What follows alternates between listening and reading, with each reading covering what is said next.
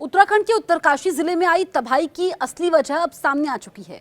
SDRF और Nehru institute of mountaineering की एक संयुक्त टीम ने धराली और हर्षिल इलाके का सर्वे किया और जो सच सामने आया उसने सबको चौंका दिया।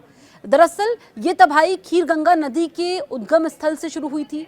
टीम ने जो फुटेज कैप्चर की उसमें साफ दिखा कि श्रीकांत पर्वत के आधार के पास करीब 4800 मीटर की ऊंचाई से 3 दिशाओं से भारी मात्रा में मलबा नीचे की ओर बह रहा था। ये इलाका एक पुराना हिमोड़ क्षेत्र है जहां ग्लेशियर से लाए गए मलबे जमा है। 5 अगस्त को यही मलबा ओवरफ्लो होकर भारी तबाही का कारण बना। एक्सपर्ट का कहना यह है कि यह घटना कुछ हद तक 2021 में उत्तराखंड में आई बाढ़ से मिलती जुलती है, जो चमोली जिले के तपोवन रेनी क्षेत्र में हिमनद टूटने के कारण हुई थी। उस वक्त आई अचानक बाढ़ ने Tapovan Vishnugarh hydro power plant को भारी नुकसान पहुंचाया था।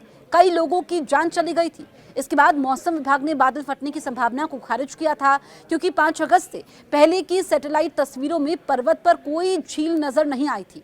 धराली गांव और उसके आसपास का इलाका पूरी तरह से तबाह हो गया। भागीरथी नदी का बहाव अवरुद्ध हो गया और हर्षिल में एक बड़ी अस्थायी झील बन गई।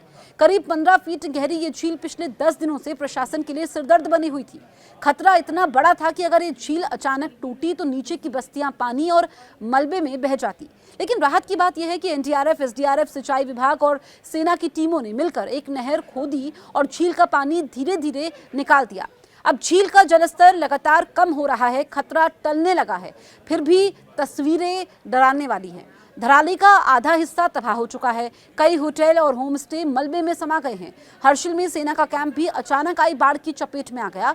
इस आपदा में अब तक 69 लोग लापता हैं, जिनमें 9 सैन्यकर्मी, 25 नेपाली नागरिक, बिहार के 13, यूपी के 6, धराली के 8, आसपास के 5, टिहरी के 2 और राजस्थान का 1 शख्स शामिल है। एक्सपर्ट्स मानते हैं कि भविष्य में ऐसी आपदाओं से बचने के लिए इस इलाके में लगातार निगरानी बेहद जरूरी है। खासतौर पर हिमनद और मोरेन के बदलाव पर नजर रखनी होगी, क्योंकि ये सिर्फ उत्तरकाशी नहीं बल्कि पूरे हिमालयी क्षेत्र के लिए चेतावनी है।